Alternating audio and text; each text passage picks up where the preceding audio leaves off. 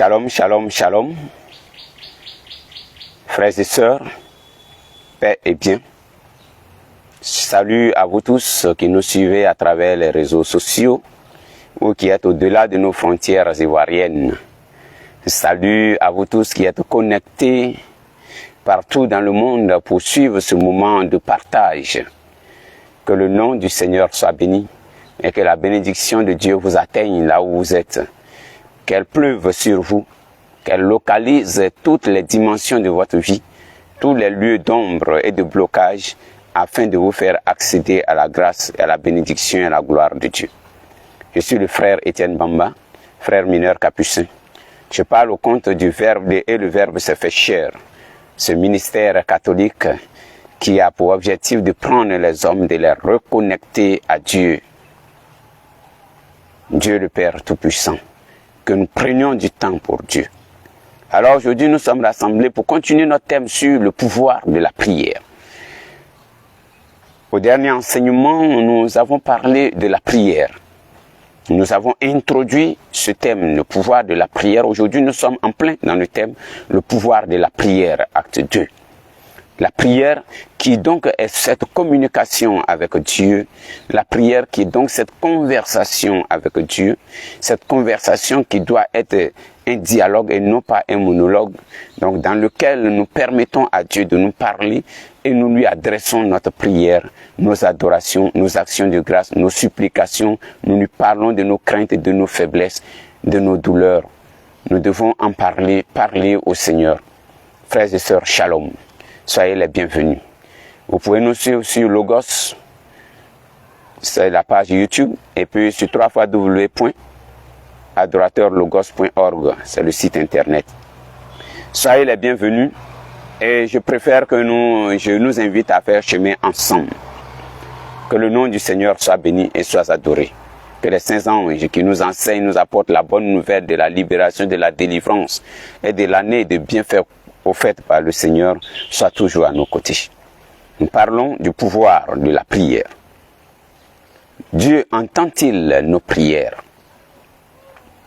Dieu répond-il vraiment à nos prières?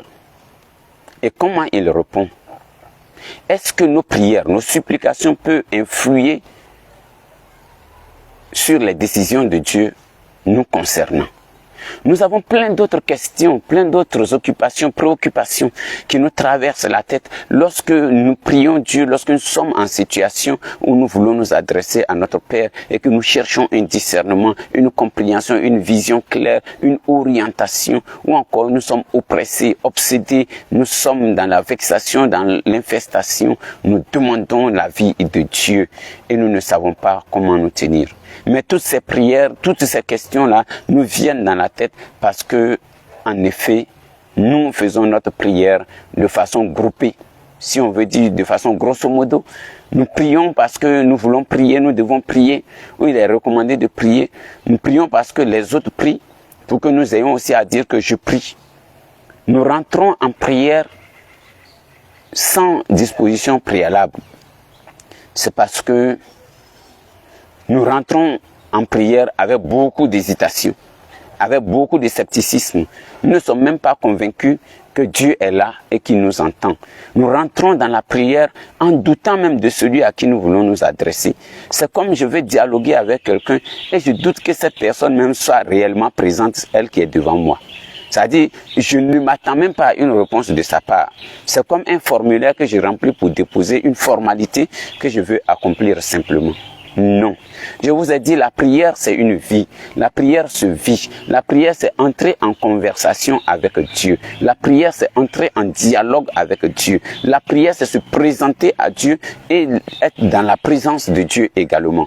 La prière, c'est de poser le regard sur Dieu, le contempler, l'adorer et lui dire merci, lui présenter ce que nous sommes et aussi le laisser poser son regard sur nous, lui laisser nous parler, s'adresser à nous et nous montrer ce qu'il aura désiré nous montrer dans sa grande volonté.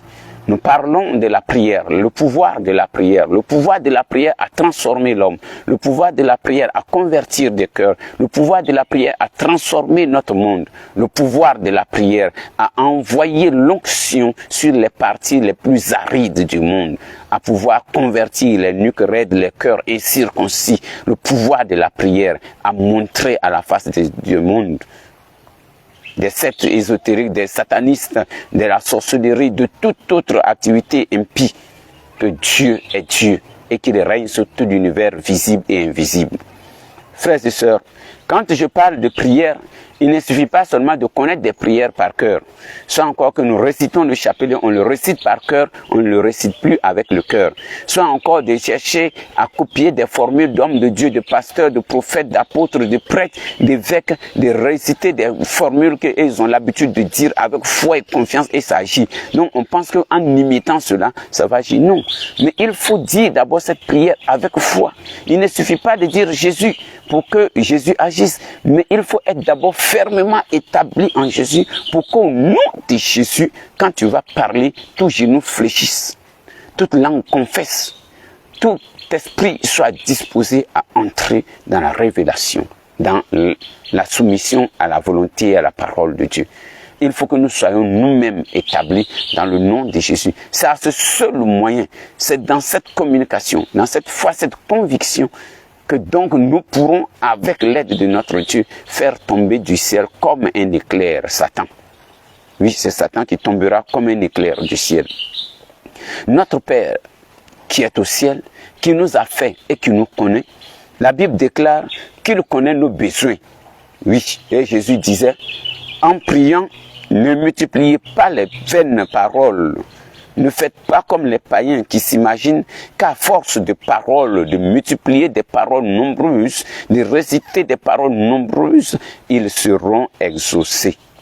Ne leur ressemblez pas, car votre Père sait de quoi vous avez besoin, avant même que vous ne le lui demandez. Oui. Voilà ce que la Bible nous déclare. Voilà ce que Jésus disait à ses disciples, à ses apôtres, qui lui demandaient de pouvoir les aider à prier. Donc la Bible tout entière respire ce sujet de la prière, du secret de notre Dieu, ce sujet de la parole qui vient du cœur et qui demande à être donc véhiculée de cœur à cœur, donc au cœur de Dieu. Oui. Le jour de la fondation de l'Église, c'est-à-dire le jour de la Pentecôte, la Bible nous dit que tous les baptisés persévéraient dans la prière, dans l'enseignement des apôtres, dans la communion fraternelle, dans la fraction du pain et dans la prière. Actes chapitre 2, verset 42. Et l'apôtre Paul va écrire donc en disant: ne vous inquiétez de rien, mais en toute chose, faites connaître vos besoins à Dieu par des prières et des supplications avec des actions de grâce. La Bible nous enseigne sur le sujet de la prière. Encore un autre verset nous dit: j'exhorte donc, écrit encore Saint Paul, avant toute chose à faire des prières, des supplications, des requêtes, des actions de grâce pour tous les hommes, pour les rois et pour tous ceux qui sont élevés en dignité, c'est-à-dire nos autorités, afin que nous menions une vie paisible et tranquille et en toute piété et honnêteté. Et cela est bon et agréable à notre Dieu, à notre Sauveur. Donc voici, Paul nous dit, avant toute chose, la prière doit être elle-même la première action que nous devons poser. C'est-à-dire le dialogue, la rencontre, la consultation de Dieu, la conversation avec Dieu doit précéder toutes nos actions. Avant de faire toutes choses, au lieu de nous asseoir et de critiquer nos dirigeants politiques, administratifs, militaires, coutumières, nous devons donc regarder toutes ces autorités-là. Nous devons prier pour elles. Nous devons prier avant de prendre une décision. Nous devons prier prier avant de mener une action. Nous devons confier au Seigneur nos projets. Nous devons confier au Seigneur nos agis. Nous devons confier au Seigneur nos études. Dans ton entreprise, tu as besoin de Dieu. Dans tes affaires, tu as besoin de Dieu. Dans ta vie, tu as besoin de Dieu. Dans ta relation affective, tu as besoin de Dieu. Dans ta vie professionnelle, tu as besoin de Dieu. Pour ton concours, tu as besoin de Dieu. Pour ton examen, tu as besoin de Dieu. Et même pour ta santé de chaque jour, tu as encore plus besoin de Dieu. Pour enseigner la parole de Dieu, tu as besoin de lui. Pour proclamer ses psaumes, tu as besoin de lui. Pour rendre grâce à Dieu, tu dois encore t'adresser à lui. Pour être un témoin, pour relationner avec tes voisins, tes voisines, tes frères, tes sœurs, tu as besoin de Dieu. En toute chose, tu as besoin de Dieu. Donc, consulte ton Dieu. Parle à Dieu de tes besoins. Donc, adresse-lui tes demandes. Adresse-lui des actions de grâce. Élève son nom. Adore-le. Reconnais-le en tant que le créateur de l'univers visible et invisible avant d'adresser toutes choses. Ne t'attends pas seulement à critiquer les autres sur la base de ta connaissance intellectuelle, sur la base de ta dignité, de ta position élevée en dignité ou encore de ta position élevée hiérarchiquement par rapport à cette personne. Ne te base pas sur ton avoir, sur ton savoir ou sur ton pouvoir pour critiquer les autres, mais prie pour eux. Parce que si le monde est vivable et que le monde est agréable et que la vie sera favorable à chacun, c'est parce que toi aussi tu agis et lui il agit. Il ne suffit pas de critiquer pour critiquer. Il ne suffit pas de calomnier pour calomnier. Il ne suffit pas de condamner pour condamner. Mais il faut remettre tout cela à Dieu pour que l'Esprit de Dieu, l'onction divine, soit répandue sur chacun afin de régir notre agir, de régir notre agir de chaque jour, nos actions, nos paroles, nos peines, nos doutes, nos joies. Et tout cela feront que la vie sera agréable. Frères et sœurs, nous sommes appelés à nous adresser à Dieu notre Père dans la joie, dans la confiance que lui seul peut nous indiquer le chemin à suivre. Le secours qui vient des hommes n'est rien. Si Dieu n'y est pas, alors nous sommes appelés à mettre notre confiance en Dieu. Le dialogue avec Dieu n'aura d'effet que lorsque nous nous adressons à lui avec confiance, avec abandon, avec joie, avec abnégation. Nous nous abandonnons à lui et nous disons « j'ai confiance et j'espère en toi ». J'ai confiance et j'espère en toi. Tous ces passages de la Bible que je viens de citer, parmi tant d'autres que nous aurions pu citer au cours de cet enseignement, sinon nous n'allons pas fini. Oui, tous ces passages nous donnent une notion précise de la prière, qui est donc une adresse à Dieu. Être présent à Dieu. Être plongé dans sa présence, être en relation avec lui, oui, être en dialogue, être en conversation avec lui. C'est une connexion directe avec Dieu qu'il faut. Il ne suffit pas seulement de venir dans sa présence et ça. Non, il faut donner et recevoir de lui. Lui donner et lui laisser prendre en nous. Lui donner et pouvoir prendre en lui, accepter de lui. C'est de cela qu'il s'agit dans la prière. C'est à cette seule condition que nous pourrons sortir, transformer, impacter, infecter, affecter plutôt par l'action de la prière.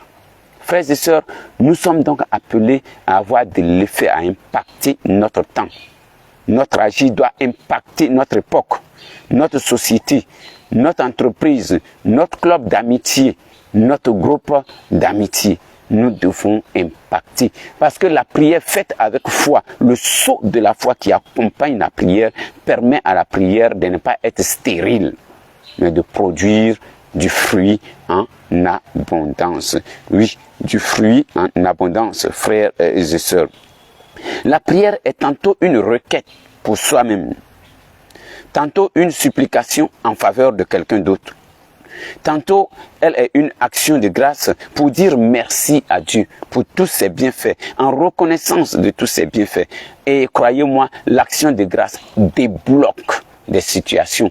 L'action de grâce, la reconnaissance rend parfait et accomplit des formules de bénédiction ou encore des processus de bénédiction et d'élévation en Dieu. Souvenez-vous les 10 lépreux qui sont venus trouver Jésus en lui disant de les purifier parce qu'ils savent qu'il a la possibilité. Jésus leur a dit, allez-y vous montrer aux prêtres. Et en cours de route, les 10 furent purifiés. Parmi les 10, il n'y avait qu'un Samaritain qui s'est retourné. Il n'est même pas arrivé chez le prêtre, mais il s'est retourné d'abord venir dire merci à Dieu pour ce que Dieu a accompli pour lui. Ça dit, il remplit d'abord son devoir envers Dieu avant de le remplir envers les hommes. Donc, il vient dire merci. Et Jésus lui-même va réclamer la reconnaissance. Il va dire, mais les 10 n'ont-ils pas tous été guéris? Et les 9 autres? Il n'y a eu que toi seul, toi un étranger qu'on pouvait fustiger de ne pas avoir le même comportement et les mêmes traditions que les Juifs. C'est toi qui reviens sur tes pas pour rendre grâce à Dieu. Et c'est à partir de ce moment, souvenez-vous que Jésus va compléter la formule de guérison totale. Va, ta foi t'a sauvé. Quand Jésus guérit quelqu'un, il dit toujours, va, ta foi t'a sauvé. C'est sur ta demande que Dieu agit pour toi. C'est sur ta demande que Dieu agit dans ta vie. Et donc ta prière, formulée avec foi et confiance et abandon, peut donc susciter en Dieu une pitié, une compassion, une miséricorde pour qu'il vienne à ton secours aussi vite que possible selon sa sainte volonté et dans sa souveraineté. Frères et sœurs, ta prière est capable d'impacter ta relation avec les autres, est capable d'influencer la parole, disons la décision de Dieu envers toi. Pourquoi? Parce que lorsque les habitants de Ninive se sont jetés dans la cendre à la prédication de Jonas, c'est à partir de leur repentir, de leur supplication, de leur jeûne, de leur cri vers Dieu, de leur reconnaissance de leur péché que le Seigneur a changé de décision envers eux. Il n'a plus supprimé Ninive, il n'a plus détruit Ninive, mais il a plutôt eu miséricorde envers Ninive. Et c'est possible pour toi et pour moi aujourd'hui. Oui, c'est possible pour toi et pour moi aujourd'hui. Dans tous ces aspects, la prière est essentiellement la vie de l'âme. Sans la prière, l'homme en Dieu ne vit pas. Parce que cette prière te connecte à Dieu et tu deviens une source jaillissante d'eau vive. Ta source ne tarit jamais et cette source-là, c'est la source de la vie éternelle qui t'est donnée. Frères et sœurs, la prière est la vie de l'âme. Si tu ne pries pas, ton âme ne respire pas, ton âme ne vit pas, ton âme n'est plus abreuvée, ton âme sera desséchée comme un désert. Et donc le psaume pourra dire, comme un cerf atterré cherche l'eau vive, ainsi mon âme a soif de toi, mon Dieu. Mon âme soupire après toi. Oui, frères et sœurs, la vie veut dire union.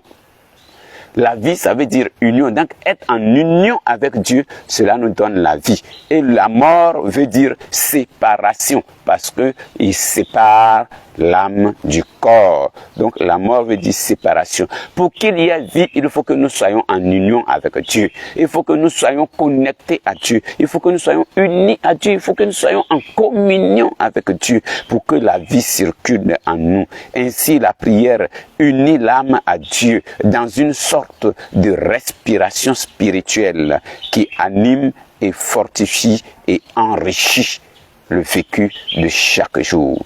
Certaines personnes pensent et enseignent que la seule valeur réelle de la prière, la seule utilité pratique de la prière réside en ce qu'elle permet un épanchement du trop-plein de l'âme, un épanchement qui soulage et qui délivre. Ce point de vue, pour moi, n'est pas toujours biblique, n'est pas véritablement biblique, n'est pas nécessairement biblique. Il est donc pas sain pour moi. Mais il force la vraie définition de la prière. Car cette définition-là réduit la prière à une simple séance d'autosuggestion que nous nous faisons. Oui. On peut obtenir exactement les mêmes effets de soulagement en parlant tout haut à un poteau ou à un arbre, comme les autres le font quand ils vont parler à un canari, à une pierre, et trouvent un esprit là-dedans. Ils vont parler à une rivière, au bord de la rivière, pour dire qu'ils se sont soulagés. Non. Matthieu 6, 7 à 8, Éphésiens 4, verset 6. La prière est réellement une communication avec Dieu, le Dieu vivant, qui entend qui écoute, qui comprend et qui répond. Voilà ce qu'il y a. Donc c'est une communication. Et la communication dit qu'il faut avoir émission et réception. Et il faut avoir retour. Donc nous avons un retour. Et nous recevons, nous parlons à un Dieu qui est vivant, qui nous entend, qui nous comprend, qui nous écoute et qui nous répond.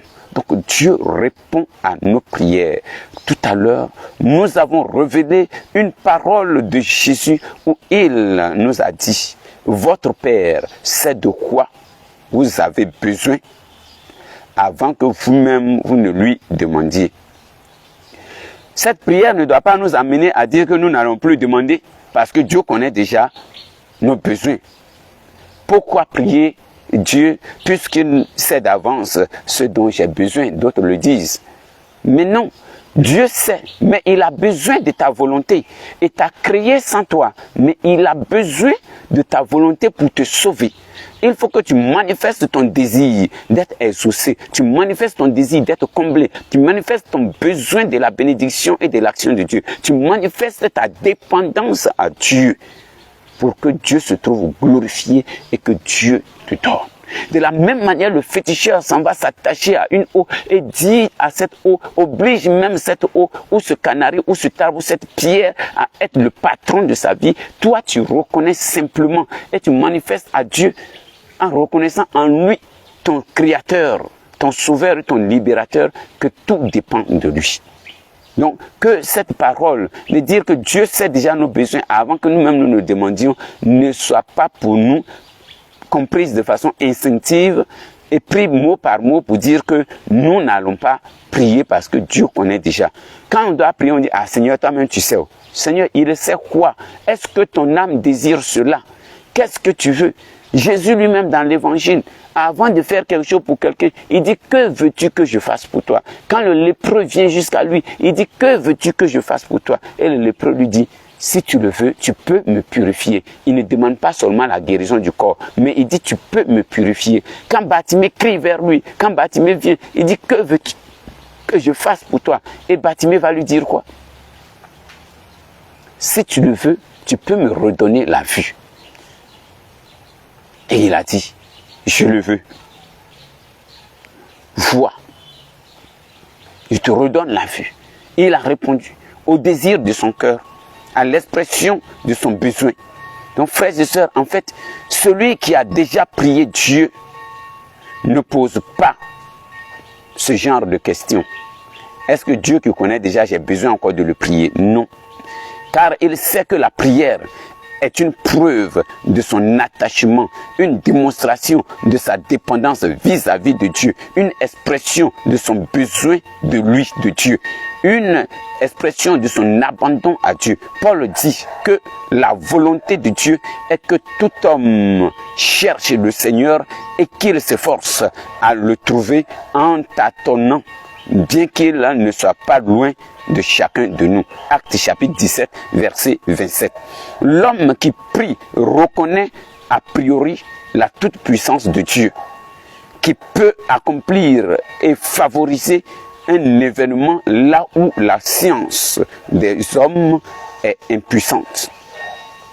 C'est dans la prière qu'il manifeste sa foi et son esprit de recherche consciente de la présence de Dieu. C'est dans la prière que l'homme manifeste sa foi et son esprit de recherche de Dieu. C'est dans la prière que tu manifestes ta propre volonté de t'attacher à Dieu. C'est dans la prière que tu dis à Dieu en réalité l'amour que tu portes pour lui. Oui, ton attachement à lui. C'est dans la conversation avec Jésus que Pierre pouvait dire, moi je ne te laisserai pas. Que Thomas pouvait dire, allons, nous allons mourir aussi avec toi. Si tu vas à la mort, nous allons mourir avec toi. C'est dans cette communication que Thomas lui-même pouvait dire, mon Seigneur et mon Dieu. Il a professé sa foi. C'est dans cette communication que Pierre pouvait dire, Seigneur, tu sais que je t'aime, tu sais tout, tu sais que je t'aime. Oui, frères et sœurs, comment peux-tu dire à Dieu que tu l'aimes si tu n'ouvres pas la bouche pour lui parler, pour lui dire en effet ce que tu ressens au fond de toi? L'homme, par le péché, s'est séparé de Dieu. Mais rien ne demeure caché en l'homme à la face de Dieu. Mais Dieu attend que l'homme exprime sa volonté, sa liberté, pour que lui, il puisse agir dans sa vie. Dieu ne nous force pas. Dieu se propose à nous. Dieu ne s'impose pas à nous, mais Dieu se propose à nous. De sorte que dans notre liberté, quand nous disons oui, il a la pleine possession de nous pour nous diriger dans des chemins de notre désir, de notre élévation, de notre bénédiction, ce qui correspond à la libération et à l'élévation de notre âme. Oui, si tu cherches Dieu, tu le trouveras. Si ton âme a soif de lui, tu le trouveras. Il se laisse trouver par tous ceux qui le demandent, qui le cherchent, qui l'appellent. Si tu le cherches, tu le trouveras. Écoutez le conseil de David à son fils Salomon. Alors que David s'apprêtait à prendre alors que Salomon s'apprêtait à prendre la succession de son père. Il dit, et toi Salomon, mon fils, connais le Dieu de ton père et sers-le d'un cœur dévoué et d'une âme bien disposée, car l'Éternel sonde les cœurs et pénètre tous les desseins et toutes les pensées. Si tu le cherches, il se laissera trouver par toi, mais si tu l'abandonnes, il te rejettera pour toujours. Il te rejettera pour toujours. Oui, frères et sœurs, nous avons besoin de chercher Dieu. Nous devons nous attacher à lui et lui exprimer notre attachement à lui. Nous devons montrer notre intérêt à être attaché à Dieu, notre intérêt à être son fils, ses filles, ses enfants, ses bien-aimés, ceux pour qui lui-même il ne ménage aucun effort pour agir à temps et à contre-temps. Dieu a donc le pouvoir de nous sauver. Oui, frères et sœurs, si tu le cherches, il se laissera trouver par toi. 1 Chronique 28, verset 9. Nous avons ici le prélude aux enseignements de Jésus. Le prélude aux enseignements de Jésus, qui dira plus tard, demandez et l'on vous donnera, cherchez et vous trouverez, frappez et l'on vous ouvrira. Car quiconque demande reçoit, celui qui cherche trouve, et l'on ouvre à celui qui frappe. Voici que Jésus résume tout ce que je voulais vous dire. Si tu ne cherches pas, tu ne trouveras pas. Si tu ne demandes pas, tu ne verras pas. Tu n'auras pas. Si tu ne frappes pas, personne ne t'ouvrira. Parce qu'il faut frapper à la porte. Même le Seigneur frappe à la porte de ton cœur. Et il attend que tu lui répondes si tu le reconnais, pour que lui, il puisse entrer. Il n'entre chez toi que lorsque toi, tu lui ouvres et que tu le reconnais. Vous demandez mal, quelqu'un dira-t-il, mais j'ai demandé et je n'ai jamais été exaucé. Ce genre de remarque provient souvent d'un sentiment d'amertume et de déception. J'ai essayé votre recette, mais ça n'a pas réussi. On n'essaye pas Dieu. On vient à Dieu, on s'attache à Dieu. Quand on a demandé dans la prière, on entend la décision de Dieu. Dieu est capable de tout faire, mais il est souverain. Tu ne peux pas l'obliger à raccourcir son temps d'action. Tu ne peux pas l'obliger à rallonger son temps d'action. Mais il le fera dans sa souveraineté. Parce que lui, c'est le moment favorable. Ce qui est bon pour toi et pour moi. Qu'a-t-on demandé dans ces prières? Gagner la loterie nationale? Est-ce que c'est ce que nous avons demandé? Ou gagner encore à la course? Est-ce que c'est ce que nous allons demander? Obtenir de l'avancement? Est-ce que c'est ce que nous demandons? Dans ces cas qui ne sont pas aussi exceptionnels qu'on le pense, on invoque Dieu comme on invoque Dieu, le Dieu de la chance. Mais en Dieu, il n'y a pas de chance, il y a la providence. La chance n'est pas une expression chrétienne. Non. Il y a la providence et la grâce avec Dieu. La chance n'est pas une expression chrétienne. Il y a la providence et la grâce avec Dieu.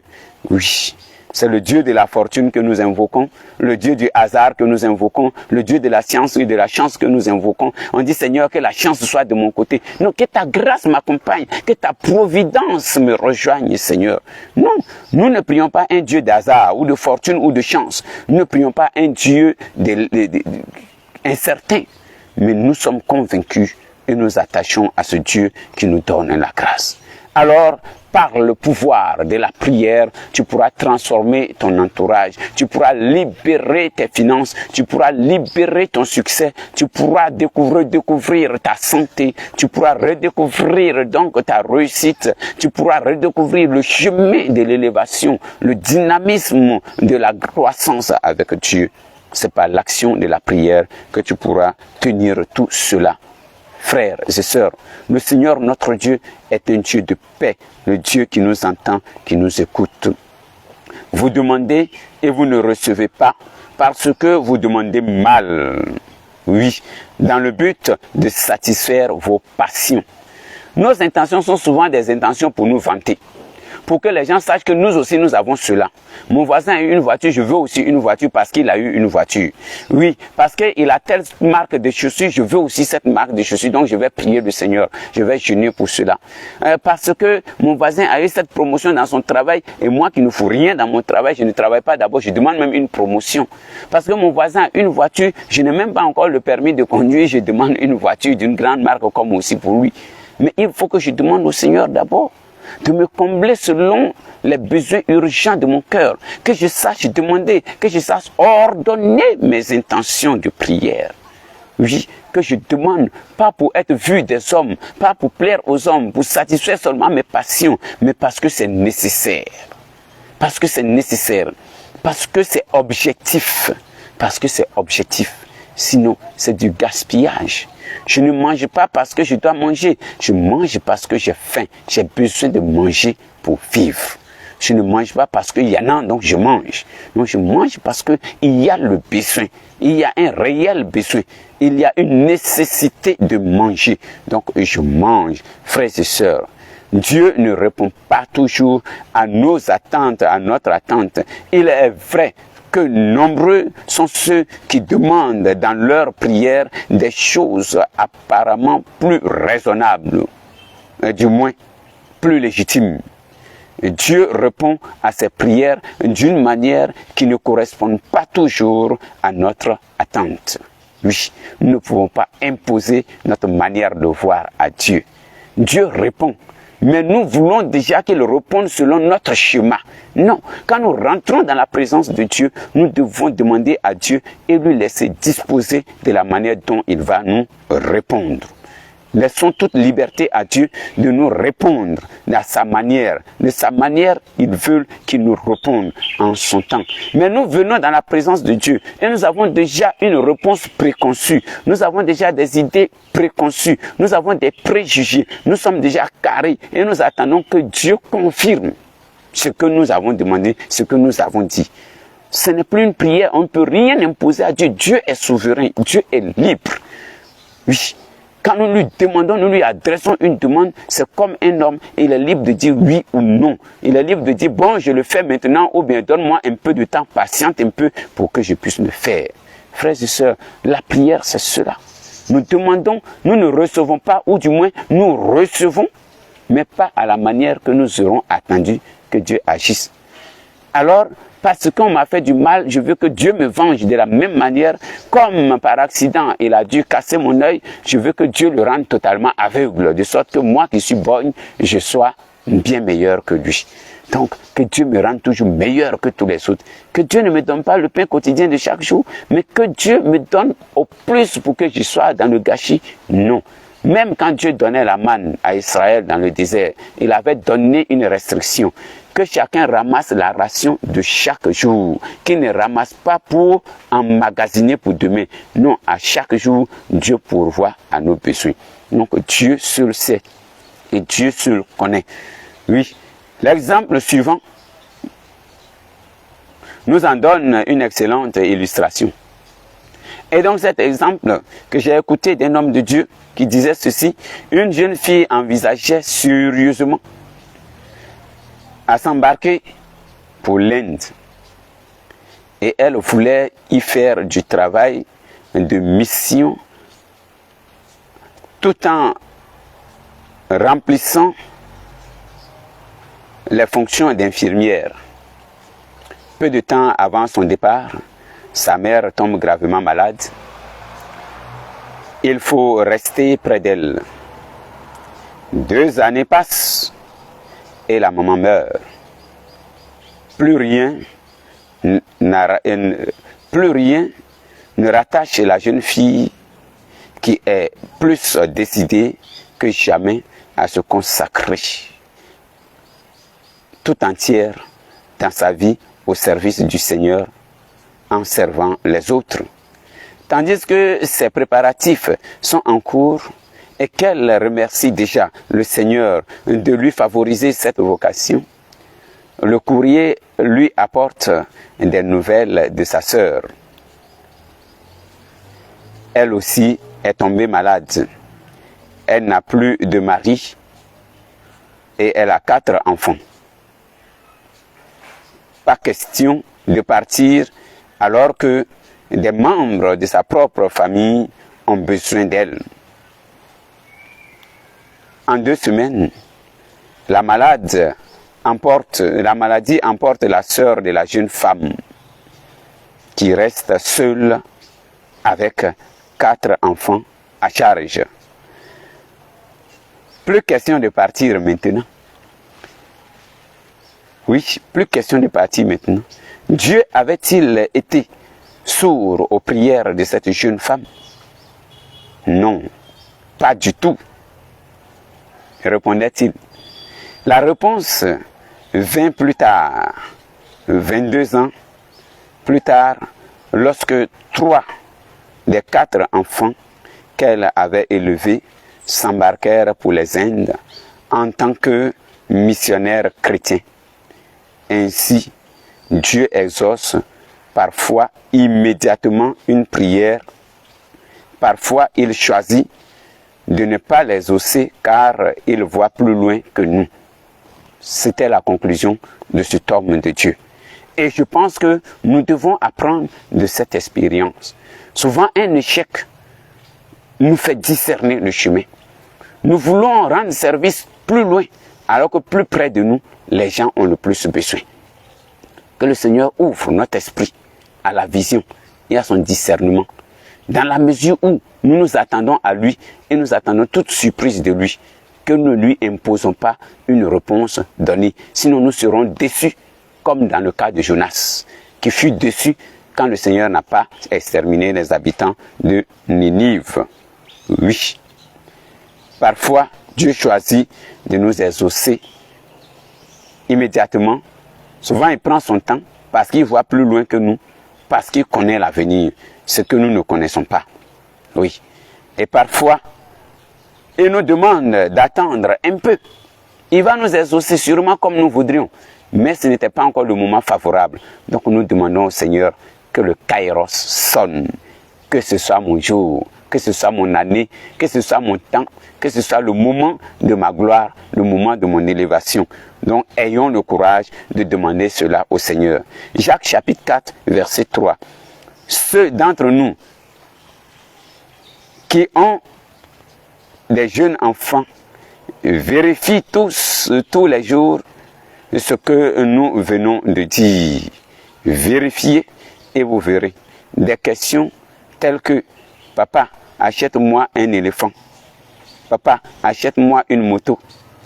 Papa, je vais étudier dans telle université. » Vous allez trouver tout cela. Mais est-ce que, parce que l'enfant te demande « Papa, donne-moi un couteau, achète-moi une moto, donne-moi une lame », qu'il soit conscient ou pas, est-ce que parce qu'il a demandé, immédiatement tu t'empresses pour lui donner? Tu vas le préparer d'abord. Tu vas le préparer d'abord à pouvoir gérer ce qu'il te demande, à pouvoir mieux utiliser la machette qu'il te demande. Un enfant de 3 ans sûrement que tu ne lui donneras pas une machette ou un couteau quand il te le demande, une lame quand il veut l'avoir, ou bien il pleure d'après une bouteille de javel, tu ne lui la donneras pas. Donc c'est ainsi que Dieu nous regarde, lui qui sait ce qui est bon pour nous. Quand nous exprimons notre désir, laissons-lui le temps de corriger notre formulation et de prévoir le temps dans lequel il va nous exaucer. Frères et sœurs, nous sommes appelés à nous attacher ainsi à notre Dieu, tout en nous laissant le libre champ de nous exaucer. Oui, il est probable que nous méritions souvent la même réprimande, oui, du Seigneur, parce que Dieu ne nous donnera pas ce qui n'est pas bon pour nous. Il nous donnera ce qui est bon pour nous, mais en son temps, selon l'utilité. Et les disciples, il leur donnera chaque fois qu'ils demanderont. Frères et sœurs, c'est ainsi pour nous, cette puissance de la prière. La prière peut transformer le tout. La prière, donc, peut influencer le réel. Une influence réelle sur toutes nos décisions. Une influence réelle sur l'agir de Dieu. Toi qui regardes et qui as des bonnes intentions, Dieu te rejoint et Dieu vient à ton secours. Crie ton innocence devant Dieu. Ne demande pas pour te venger. Ne demande pas la mort de tes ennemis. Ne demande pas la mort de tes adversaires. Ne demande pas la mort de tous ceux qui t'en voulaient. Non, mais demande à Dieu d'agir pour toi.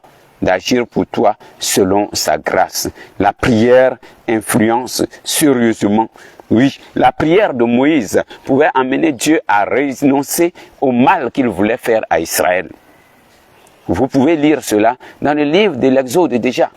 Moïse toujours rentre dans la présence de Dieu et il supplie Dieu. Seigneur, tu ne feras pas cela. Tu aimes trop ce peuple. Tu l'as sorti de l'Égypte. Tu ne vas pas l'exterminer dans le désert. Alors Seigneur, s'il te plaît, regarde. Jusqu'à ce que Moïse dise, Seigneur, si tu veux vraiment leur faire du mal, alors il faut me tuer d'abord avant de leur faire du mal. Regardez jusqu'où ça part. Et la prière, nous sommes capables, nous devons être capables d'arriver à ce niveau. Donc la prière influence. La prière peut amener Dieu à changer d'avis. La prière peut fléchir le cœur de Dieu. Lorsque nous nous demandons d'un cœur uni à lui, Dieu ne peut résister à nos supplications. La prière donc peut influencer. Je réponds déjà à une des questions. Et la prière influence toujours lorsqu'elle est faite d'un cœur disposé. Lorsque la déclaration est faite pour le bien-être de l'homme et pour la gloire de Dieu. La prière est bien une puissance et donc elle est puissante. La prière est une puissance trop ignorée par les hommes. Les hommes ne prient plus en vérité. Les hommes demandent parce qu'ils veulent être paresseux, ils ne veulent plus mener des efforts. Ils pensent qu'en demandant, ils vont se réveiller et ça paraît. Dieu n'est pas comme un papa Noël qu'on nous prenons pour dire aux enfants. Mais Dieu multiplie le fruit de notre travail. Dieu féconde notre semence pour qu'elle produise au centuple, au multiple. Dieu multiplie les effets de notre travail, de notre réflexion, que ce soit un travail au champ, que ce soit un travail professionnel, que ce soit un travail intellectuel, Dieu multiplie toujours. C'est pourquoi vous qui êtes dans les bureaux, le Seigneur vous rejoint par de nouvelles idées, par la santé, par l'intelligence, par la compréhension des choses. Oui. Dieu féconde l'œuvre de vos mains. Vous qui êtes dans les champs, vous qui faites des travaux pratiques, Dieu vous donne la perfection de la manipulation de vos outils chaque jour. Vous qui désirez être parfait dans certains domaines, c'est en forgeant chaque jour que le Seigneur, notre Dieu, vous accorde sa grâce. Et donc, il crée encore en votre intelligence de nouvelles visions et il vous donne la créativité pour la gloire de son nom. Donc la prière est bien une puissance, c'est bien une puissance. Jacques, l'apôtre Jacques nous le déclare quand il dit ainsi, la supplication du juste a beaucoup de puissance. Jacques chapitre 5 verset 17, la supplication du juste a beaucoup de puissance. Être juste, c'est une disposition du cœur vis-à-vis de Dieu, vis-à-vis de Dieu. C'est une disposition du cœur vis-à-vis de Dieu. Oui. La supplication du juste a beaucoup de puissance. Et cette déclaration, nous la comprendrons plus tard. Encore, faut-il être juste pour disposer des bienfaits de ta prière? Et qui est juste? Cette question nous plonge à présent à plein dans le cœur du sujet de la prière. personne en réalité n'est juste. Il y a cependant des justifiés. Donc Dieu nous justifie pour que notre prière lui soit agréable. Donc nos supplications et nos demandes de miséricorde permettent à Dieu toujours que sa puissance et sa force nous accompagnent. Que sa puissance et sa grâce nous accompagnent. Il nous a justifiés en Jésus-Christ. Et donc justifié, il nous tient encore en sa grâce. Il nous remet dans nos conditions de départ. Oui. Dieu nous donne sa grâce et sa paix. Nous sommes revêtus par le Christ. D'après donc cela, notre péché est enlevé et nous sommes justifiés par le Christ. Galates chapitre 3 verset 27. Colossiens chapitre 2 verset 12. Il dit ceci. Repentez-vous et que chacun de vous soit baptisé au nom de notre Seigneur Jésus-Christ pour la rémission de ses péchés. Et c'est ce qui nous donne la grâce d'être justifiés. Et cette justification nous donne d'avoir de la puissance dans nos demandes, dans nos prières, dans nos supplications. Mes petits enfants, disait Saint Jean, je vous écris ces choses pour que vous ne péchiez point. Parce que Jésus nous a justifiés et nous a connectés à lui désormais. Oui. Éphésiens chapitre 6, verset 19 à 20 dit ceci. Mais quelqu'un a péché. Nous avons un avocat auprès du Père. C'est Jésus-Christ le juste. C'est lui qui nous justifie dans la présence du Père. Que Dieu nous bénisse et nous garde. La prière du pécheur repenti donc est agréable à Dieu et nous permet de nous attacher simplement à Dieu pour la plus grande gloire de son nom. Demandons des choses qui puissent nous élever à la droite de Dieu le Père et que nous puissions entrer dans sa présence. Donc voici ce que la prière peut faire. Et la prière donc faite avec foi, avec abandon, avec confiance, impacte notre milieu. Nous avons été longs aujourd'hui, mais la puissance de Dieu, c'était pour que nous puissions entrer dans une dynamique de prière et savoir que toutes nos supplications trouvent grâce devant Dieu lorsqu'elles sont faites d'une intention pure et laissant à Dieu dans sa souveraineté de nous exaucer quand il veut. Que la Vierge Marie nous aide à savoir nous adresser à Dieu, à nous abandonner à lui en disant que tout me soit fait selon ta parole, que tout m'advienne selon ta parole. Et que nous puissions nous attacher à méditer la parole de Dieu qui est là où Dieu nous parle. Et que nous puissions nous attacher à lui lorsque nous nous adressons à lui avec confiance. Et c'est là que nous communiquons avec Dieu. Que Dieu vous bénisse, que le Saint-Esprit vous libère de tout enchantement, de tout esprit de vanité, de tout esprit de passion qui vous amène à demander pour la passion. Non, mais qu'il vous instruise, qu'il vous remplisse, qu'il vous garde, qu'il vous conduise et qu'il vous établisse vraiment dans cette confiance des enfants de Dieu, des fils rachetés, justifiés en Jésus-Christ, qui ont la faveur avec Dieu. Et c'est à partir de ce moment qu'il nous donne tout pouvoir, toute grâce, toute domination de marcher sur serpents et sur scorpions et sur toute la puissance de nos ennemis, de nos adversaires, de les commander, de les rejeter loin de nous, de les faire tomber du ciel comme un éclair par la puissance de la prière. Et la prière nous donne d'être délivrés, d'être libérés. Que le Seigneur vous rejoigne et vous bénisse. Que le Seigneur vous comble de grâce et de bénédiction. Qu'à partir de ce moment, l'ardeur de la prière renaisse en vous. Les portes de l'exaucement s'ouvrent pour vous et que la grâce de vous adresser à Dieu en tant que fille et fils bien-aimés du Père vous soit toujours donnée. Que Dieu vous bénisse. Shabbat, shalom. Nous ne pourrons jamais finir de parler de la prière, mais que Dieu vous bénisse et vous garde et vous donne toujours sa paix et son amour. Jusqu'à une prochaine fois, nous parlerons donc de la délivrance, des différentes étapes de la délivrance. Parce que la prière apporte aussi la délivrance et la libération. Que Dieu vous bénisse. C'était le frère Étienne et le Verbe s'est fait chair. Adorer Dieu en esprit et en vérité. Des véritables adorateurs qui recherchent Dieu. Que le nom de Jésus et seul le nom de Jésus soit proclamé, soit prêché. Que le nom de Jésus ne soit point enterré, qu'il soit exhumé, qu'il règne. Et que notre monde connaisse la paix, l'épanouissement, l'élévation, la joie et le salut éternel par Jésus notre Seigneur. Shabbat Shalom.